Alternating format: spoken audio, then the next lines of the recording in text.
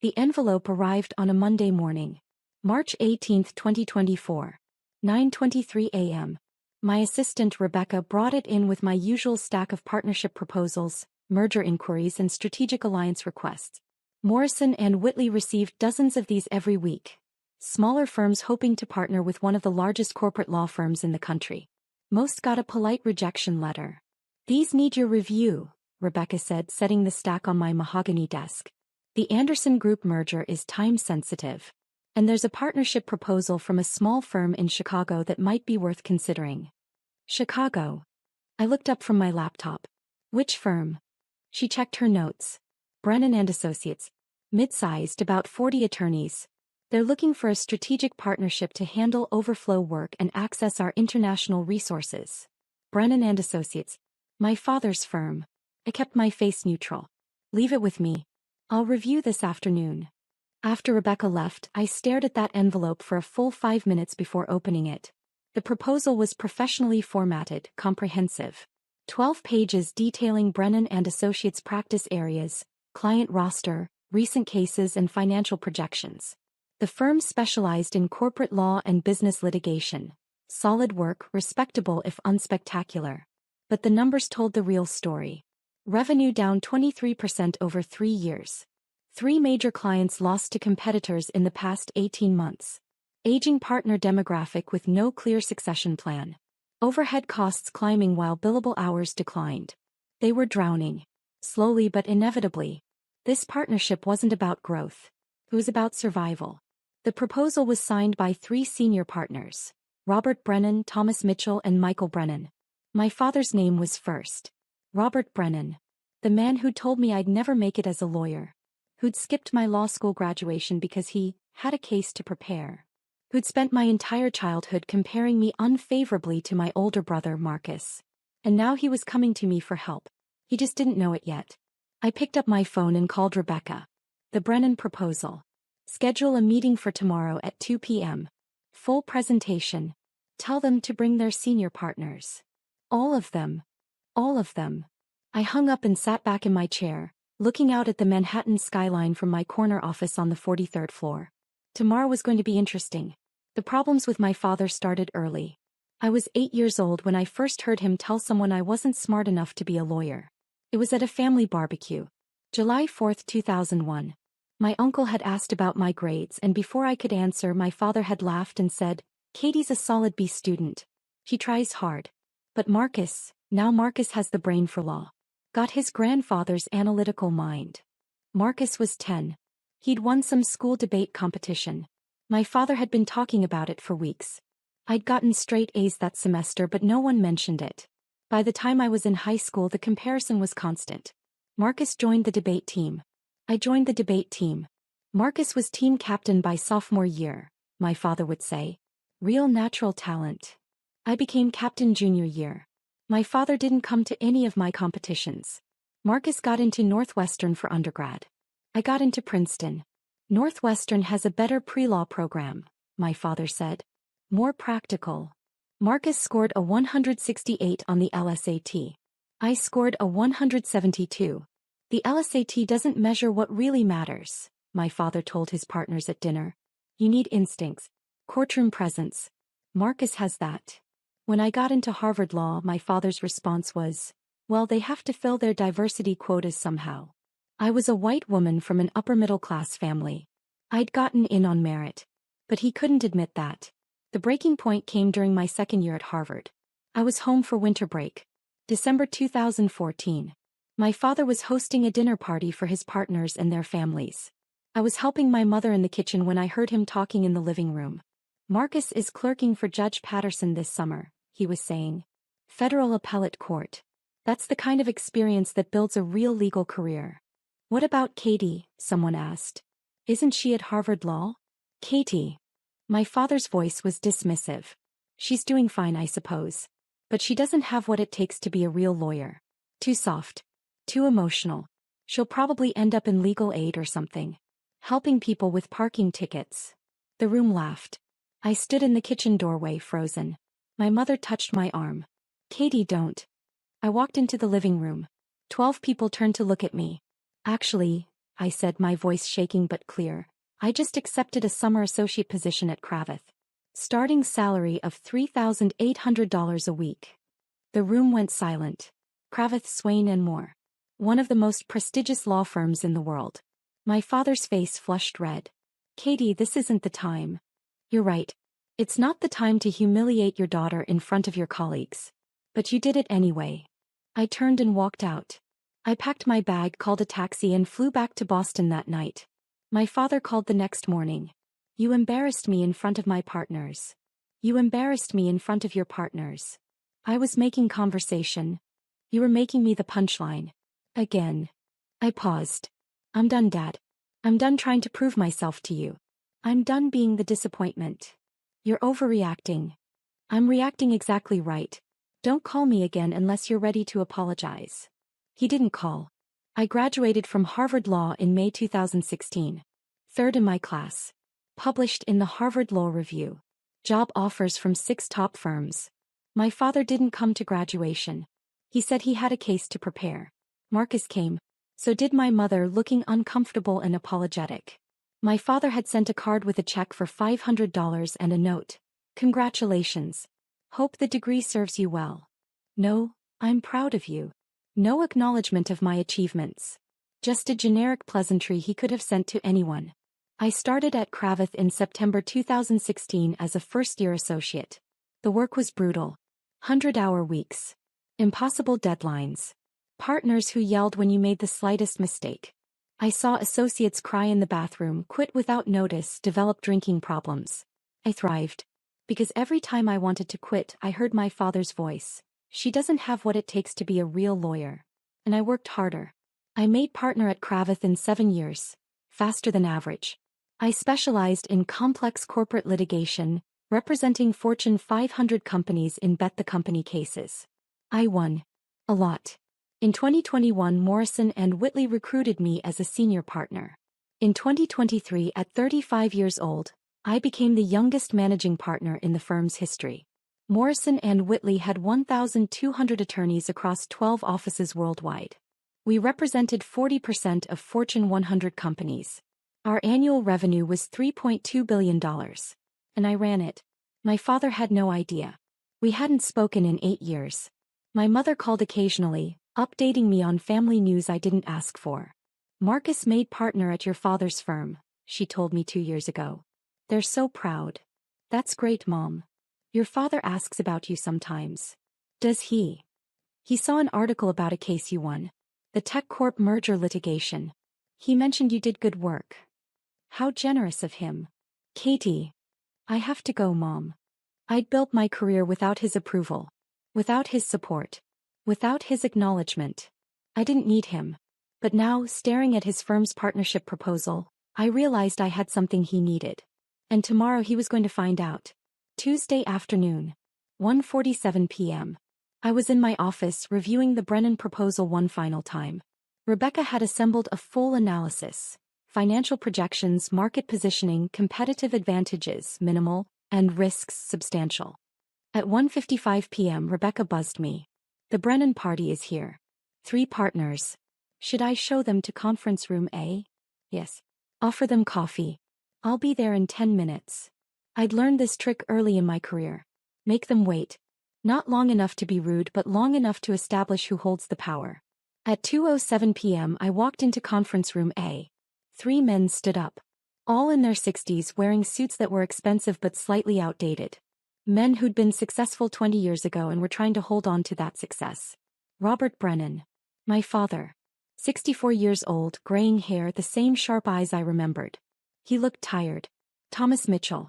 My father's college roommate and co-founder of the firm. 66, jovial face, already sweating slightly. Michael Brennan. My father's younger brother. 61, quiet, analytical. They looked at me with professional smiles. No recognition. Gentlemen, I said, extending my hand. Catherine Morrison. Managing partner of Morrison & Whitley. Thank you for coming. I used my mother's maiden name professionally. Morrison. Not Brennan. My father shook my hand, his grip firm. Robert Brennan. Senior partner of Brennan & Associates. This is Thomas Mitchell and Michael Brennan. Still no recognition. I'd changed since he'd last seen me. Different hair, professional wardrobe, 8 years older. And he wasn't looking for his daughter. He was looking for a business opportunity. We all sat down. I've reviewed your proposal, I said, opening the folder in front of me. Before we dive in, why don't you tell me about your firm? What makes Brennan and Associates a good fit for Morrison and Whitley? My father launched into his pitch. 40 years of corporate law experience. Solid client relationships. Deep knowledge of the Chicago market. A proven track record. He was good. Confident, professional, persuasive. But I could see the desperation underneath. In the way his hand tightened on his pen when he mentioned recent market challenges. In the slight pause before he gave their revenue numbers. Your financials show a 23% revenue decline over 3 years, I said. What's driving that? Thomas shifted uncomfortably. Market consolidation. Clients moving to larger firms with more resources. That's why we're here, my father interrupted smoothly. We recognize that the legal market has evolved. Clients want global reach, specialized expertise, technological infrastructure. Things that a firm our size can't provide alone. But you can provide them together with us, I said. Exactly. Brennan and Associates brings 40 years of client relationships and Chicago market expertise. Morrison and Whitley brings resources, global reach and prestige. Together we'd be formidable. I made a note. You've lost 3 major clients in 18 months. Why should we believe the remaining clients will stay through a partnership transition? My father's jaw tightened slightly. Those clients left due to industry consolidation, not service issues. One of them left for Miller and Cross, I said, referencing my briefing materials. A firm smaller than yours. That's not consolidation. That's competition. Silence. Ms. Morrison, Michael spoke up, his voice calm. You're right. We've faced challenges. But we've also survived for 40 years in a competitive market. Our client relationships are strong. Our legal work is excellent. We're not here because we're failing. We're here because we're smart enough to evolve. Better answer. More honest. Tell me about your succession plan, I said. Your senior partners are all over 60. Who's the next generation of leadership? Another uncomfortable pause. We have several strong associates, Thomas said. Marcus Brennan, Robert's son, just made partner. He's 36, excellent trial lawyer. One new partner isn't a succession plan, I said. What happens when the 3 of you retire? That's part of why we're seeking a partnership, my father said. Access to Morrison and Whitley's resources would help us recruit and retain top talent. Young lawyers want to work for firms with global reach. I sat back. Let me be direct. Your proposal asks for access to our client base, our resources, our brand. In exchange, you offer client relationships that are shrinking and expertise that we already have in-house. Why would we agree to that? The temperature in the room dropped 10 degrees. Because, my father said, his voice tight, we're offering you the Chicago market. 40 years of relationships with every major corporation in the region. You can't buy that kind of institutional knowledge. We can hire it, I said. We could recruit half your associates tomorrow and get the same knowledge for less. I was being harsh. More harsh than I needed to be. But I wanted him to feel what I'd felt for years. Inadequate. Not good enough. Ms. Morrison, Thomas said, perhaps we got off on the wrong foot. We have deep respect for Morrison and Whitley. We're not here to demand anything.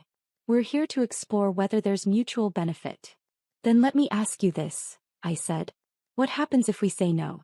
What's your plan B? No one answered. Because from where I'm sitting, I continued, you don't have one. You're losing clients. Your revenue is declining. Your partners are aging out. Without this partnership, you're looking at a slow decline into irrelevance. My father's face was red now. That's a rather harsh assessment.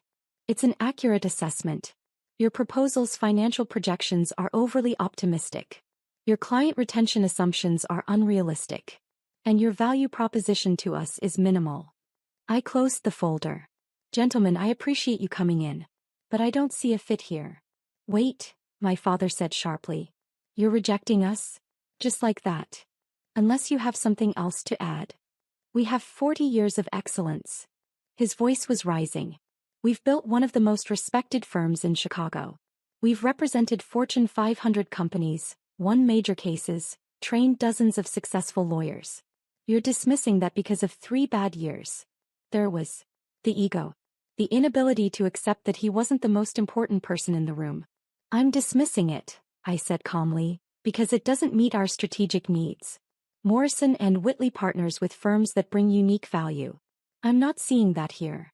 My father stood up abruptly. This is absurd. We came here in good faith. And I reviewed your proposal in good faith, I said, remaining seated. The answer is no. You're making a mistake. I rarely make mistakes, Mr. Brennan. He stared at me, his face flushed with anger and humiliation. And something else. Something in his eyes. A flicker of Katie. My mother's maiden name. Morrison. But I had my father's eyes. And now in his anger he finally saw it. Katie? He repeated, his voice uncertain. I stood up slowly. Hello, Dad. The color drained from his face. Thomas looked between us, confused. You two know each other? Robert is my father, I said. Though we haven't spoken in 8 years. Michael sat back heavily. Oh my God. You're Catherine Morrison? My father's voice was barely a whisper. You've been Catherine Morrison this whole time? I use my mother's maiden name professionally.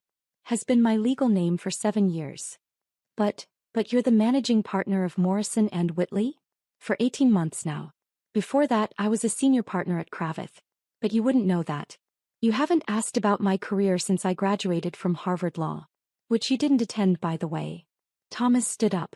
Robert, you said you had 2 children. A son who's a lawyer and a daughter who... He stopped, clearly remembering what my father had told him about me. Who what? I asked. Who works in legal aid? Who handles parking tickets? Who doesn't have what it takes to be a real lawyer? My father looked like he might be sick. Ms. Morrison, Michael said carefully, perhaps we should reschedule this meeting. There's nothing to reschedule, I said. The answer is still no. Katie, please, my father started. It's Catherine. Or Ms. Morrison. We're not on first-name basis. This isn't about our personal relationship. Isn't it? I looked at him directly. You spent my entire life telling me I wasn't good enough. That I didn't have what it takes. That my brother was the real lawyer. You skipped my law school graduation. You haven't called in 8 years. And now you show up at my firm needing my help and you expect what? Professionalism? Objectivity. I expect you to separate business from personal feelings. Like you did. My voice was sharp. Was it business or personal when you told your partners I'd end up in legal aid? When you said I was too soft to be a real lawyer? When you skipped the biggest day of my academic career? Silence. This is exactly the problem, I continued. You never saw me as a lawyer. You saw me as your disappointing daughter. And now you need me, professionally, and you can't handle it. I was wrong, he said quietly. What? I was wrong. About you. About your capabilities. About everything. I waited. Katie, Catherine, you've built an extraordinary career. Managing partner at 35. At one of the most prestigious firms in the world. I didn't know. I should have known, should have stayed in touch, should have. He stopped. I'm sorry. 8 years of waiting for an apology. And now it came like this. In a conference room in front of witnesses because he needed something from me. Your apology is noted, I said.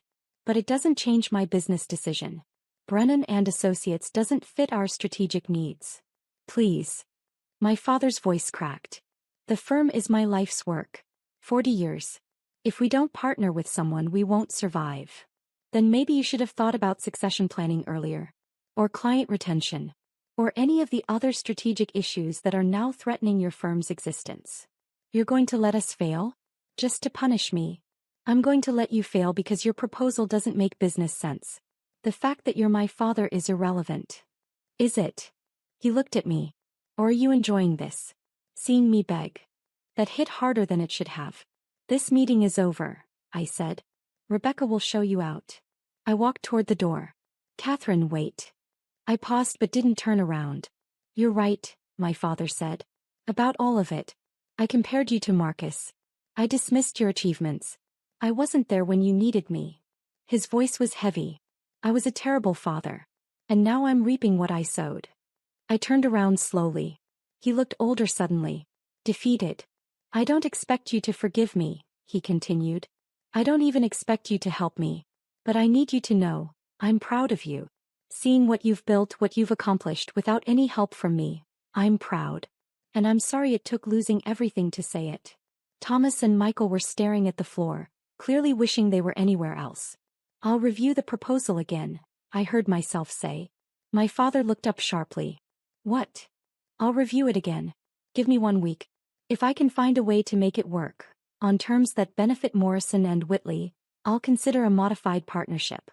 Catherine, don't thank me yet. This is business, not forgiveness. If I do this, it's because I found a legitimate business case. Not because of our relationship. I understand. And Dad. I looked at him directly. If we partner, you'll be reporting to me. Your firm will operate under Morrison and Whitley's management. You'll follow our protocols, our standards, our decisions. If you can't handle that, if you can't handle your daughter being your boss, then walk away now. He swallowed hard. I can handle it. We'll see. I walked out of the conference room and went straight to my office, closing the door behind me. My hands were shaking. Rebecca buzzed me 5 minutes later. The Brennan party has left. Are you okay? I'm fine. Hold my calls for an hour. I sat at my desk, staring out at the Manhattan skyline, trying to process what had just happened. My father had apologized. After 8 years of silence, he'd apologized. And I'd agreed to reconsider his proposal. Was I being weak? Letting family cloud my judgment? Or was I being strong? Separating the business decision from the personal hurt? I pulled up the Brennan proposal again and started reading with fresh eyes. Over the next week, I had my team do a deep dive into Brennan and Associates. The findings were mixed. The bad: revenue declining, client base shrinking, aging partnership, no succession plan. The good: their remaining clients were fiercely loyal. Their legal work was solid. Their Chicago market knowledge was genuine. And their overhead was low, they operated lean. More importantly, I saw something my initial review had missed. Opportunity. If Morrison and Whitley acquired Brennan and Associates outright, not a partnership but an acquisition, we could absorb their clients, their expertise, and their Chicago market position. We could bring in their best associates, retire the senior partners gradually, and build a true Chicago presence. The Brennan name had equity in the market. We could keep it as a subsidiary. Brennan and Associates, a Morrison and Whitley company. It would cost us less than starting from scratch. And it would eliminate a potential competitor. I drafted a counterproposal. Not a partnership, an acquisition. Morrison and Whitley would buy Brennan and Associates for $15 million. The 3 senior partners would stay on for 2 years in advisory roles, then transition to of counsel positions. Their associates would be offered positions at Morrison and Whitley. It was a fair offer. More than fair considering their financial situation. But it meant my father would lose control of the firm he'd built. I called him on Friday afternoon. Robert Brennan, he answered. It's Catherine. Boss. Catherine. I've been hoping you'd call. I've reviewed your proposal again. I have a counteroffer. I'm listening. Not on the phone. Can you come to New York tomorrow? Just you, not the other partners. Tomorrow is Saturday. I'm aware. Can you come or not? I'll be there. He arrived at my office at 10 a.m. Saturday morning. I was already there, having spent the night working on the final details. He looked nervous, which was a first. Coffee? I offered. Please. We sat in my office, not the conference room. This conversation needed to be different. I have a proposal, I said, sliding a folder across the desk. But it's not what you asked for. He opened it and started reading. I watched his face change as he processed it. Confusion. Understanding. But you want to buy us, he said finally. Yes. For $15 million. It's a fair price based on your current financials.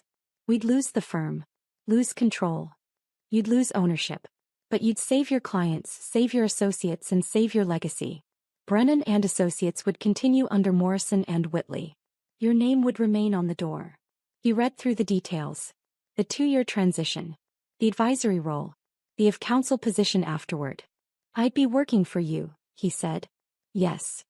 My daughter would be my boss. Yes. He set down the papers and looked at me. Is this revenge? Making me report to you? No. This is business. It's the best option for both firms. There's no other way. No partnership structure that preserves our independence. I could force a partnership on terms that would slowly strangle your firm. Give you just enough resources to survive but not thrive. Keep you dependent on us while we extract value from your client base. I paused. Or I can do this cleanly. You get a fair price, your people get protected, your name stays intact. In 2 years, you retire with dignity instead of watching your firm die slowly. Those are my only choices? Those are the only choices that make sense. He stood up and walked to the window looking out at the city. 40 years, he said quietly. I built that firm from nothing. 3 lawyers in a small office in 1984. We grew it to 40 attorneys, handled major cases, trained dozens of lawyers. It was my legacy. It still can be, I said. Under Morrison and Whitley, the Brennan name will reach further than it ever could independently. Your associates will have opportunities you could never give them. Your clients will get resources you can't provide. But it won't be mine. No. It won't be yours. He turned around. Why are you doing this? Really? You could have just rejected us. Let us die on our own. I thought about that. Because you were right about one thing, I said finally. You did build something worth preserving. Brennan and Associates is a good firm. It doesn't deserve to die because of market forces or poor planning. I paused. And because those associates deserve better than to watch their careers collapse with a sinking ship. I was one of them once. I know what it's like to work for someone who doesn't see your value. The implied criticism hung in the air. I wasn't talking about you, I said. But if the shoe fits. He actually smiled slightly at that. Fair point. He came back to the desk and sat down. If I agree to this, if we do this, can I ask for one thing? What? Can we try to rebuild our relationship? Not just business but father and daughter. I looked at him for a long moment. I don't know, I said honestly. 8 years is a long time. You hurt me deeply. Multiple times. I know. And I'm not the same person I was. I don't need your approval anymore. I don't need your validation. I built this career despite you, not because of you. I know that too. So what exactly are you asking for? A chance, he said simply. To know the person you've become. To be part of your life. To be a father if you'll let me. I felt something crack in my chest. That small part of me that had always wanted her father's approval, no matter how much I denied it. We can try, I said carefully. But it'll take time. And I need you to understand, I'm not looking for a father figure anymore. If we rebuild something, it'll be different than what we had. I understand. And if you compare me to Marcus one more time, we're done. Professionally and personally. He actually laughed at that. Fair. Though I should tell you, Marcus has been reading about your career. He's actually intimidated by you. Good. We sat in silence for a moment. Will you take the offer? I asked. Can I discuss it with Thomas and Michael? Of course. You have until Monday. But Dad. Yes. This is the only offer. I won't negotiate. It's fair, it's generous, and it's the best option available. If you say no, I'll wish you luck and we'll move on. Understood. He stood up, gathering the proposal documents. At the door he paused. Catherine. Yes. I really am proud of you. I should have said it years ago. I should have been saying it all along. Yes, I said. You should have. After he left, I sat in my office for a long time thinking. I'd proven him wrong. I'd built the career he said I couldn't. I'd become the lawyer he said I'd never be. And now he needed me. Part of me wanted to feel triumphant. Vindicated. That I just felt tired. Proving people wrong was exhausting. Even when you won, you lost something in the process. Monday morning, my phone rang at 8:47 a.m. Catherine Morrison. It's Robert. We're accepting your offer. I let out a breath I didn't know I was holding. All 3 partners agreed? Unanimously. We know it's the right choice. Good. I'll have our legal team draw up the formal documents. We'll aim to close in 60 days. Thank you, Catherine, for giving us this option. It's good business, Dad. Don't make it more than it is. But I was smiling when I said it. The acquisition closed on May 28, 2024. Brennan and Associates became a wholly owned subsidiary of Morrison and Whitley. The transition was smoother than I'd expected. My father, Thomas, and Michael were professional throughout. They helped onboard their associates, transitioned client relationships, and accepted their new roles without complaint. Marcus called me 2 weeks after the closing. Katie, it's Marcus. Hi, Marcus. I just wanted to say, thank you, for what you did. A lot of firms would have just let us die. You didn't have to help. I didn't do it for family reasons. I know. But still. You gave Dad a dignified exit. That means something. We talked for an hour. About our careers, about the acquisition, about our father. He talks about you constantly now, Marcus said. Shows everyone your articles, tells clients you're his daughter. It's kind of annoying actually. I laughed. Really? Really? I think he's trying to make up for lost time. Overcompensating. How do you feel about that? Honestly, relieved. I was tired of being the golden child. The pressure was exhausting. You could have said something. So could you. Fair point. My father and I started having dinner once a month. Awkward at first, then gradually more natural. We talked about cases, about the firm, about the legal profession. Slowly we talked about other things. About Mom. About my childhood. About what we'd both lost in those 8 years of silence. I was threatened by you, he admitted one night over Italian food in Little Italy. You were always smarter than Marcus. Quicker. More determined. And I couldn't handle it. Why not? Because you reminded me at your age. Ambitious, hungry, unwilling to settle. And I knew if I encouraged you, you'd surpass me. Which you did anyway. So you tried to hold me back. I tried to convince myself you weren't as good as you were. It's shameful. I'm ashamed of it. Good, I said. You should be. But I reached across the table and squeezed his hand. 6 months after the acquisition, I promoted 3 Brennan associates to partner at Morrison & Whitley. All 3 were exceptional lawyers who'd been held back by the old firm's financial constraints. My father attended the announcement. Afterward he pulled me aside. Those 3, they would have left if you hadn't acquired us. We'd have lost them. I know. You saved their careers. I gave them opportunities they'd earned. He smiled. You're a better managing partner than I ever was. Yeah, I said. I am. We both laughed. A year after the acquisition, my father officially retired. We threw him a party at the office. 200 people, partners and associates from both firms. I gave a speech. Robert Brennan built Brennan & Associates from nothing 40 years ago. He created opportunities for dozens of lawyers, served clients with distinction, and contributed significantly to the Chicago legal community. I paused. He also happens to be my father. Which made this acquisition complicated in ways most mergers aren't. The room laughed. But I want to say this publicly. Dad, you taught me more than you know. You taught me resilience by making me develop it on my own. You taught me determination by giving me something to prove. You taught me the value of success by withholding your approval until I no longer needed it. I looked at him directly. You weren't always the father I needed. But you inadvertently gave me the skills to become the lawyer I wanted to be. So thank you. For the lessons you meant to teach and the ones you didn't. He was crying. So was I. After the party, we stood on the balcony of my office, looking out at the Manhattan skyline. I'm sorry, he said. For the 100th time, I'm sorry. I know. Are we okay? Really? I thought about that. About the 8-year-old girl who wanted her father's approval. About the 27-year-old who graduated from Harvard Law alone. About the 35-year-old managing partner who'd proven everyone wrong. We're getting there, I said. It's not perfect. Might never be perfect. But we're getting there. That's enough for me. We stood in comfortable silence. Katie, he said quietly, using the nickname I'd forbidden. I didn't correct him. I know I don't get to be proud now. I didn't earn that right. But I want you to know, if I had supported you from the beginning, if I had been the father you deserved, I don't think you'd be standing here right now. What do you mean? You became this successful partly because you had something to prove. Because you had to be twice as good to get half the recognition.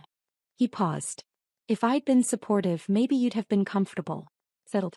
Good but not great. So you're taking credit for my success? He laughed. God no. Your success is entirely yours. I'm just saying, sometimes the obstacles make us stronger. Even when those obstacles are our own fathers. I thought about that. Maybe, I said. Or maybe I'd have been just as successful with a supportive father. We'll never know. No. We won't. Another pause. But for what it's worth, I said, I forgive you. He looked at me sharply. Really? Really? It doesn't undo the hurt. It doesn't erase the years. But I forgive you. Because holding on to that anger is exhausting. And because you're trying. Finally. He pulled me into a hug. I let him. Thank you, he whispered. Thank you. We stood there on that balcony, managing partner and retired senior partner, daughter and father, while the sun set over Manhattan. I'd proven him wrong. I'd become the lawyer he said I'd never be. But more importantly, I'd become the person I wanted to be. With or without his approval. Though I had to admit, having it now felt pretty good too.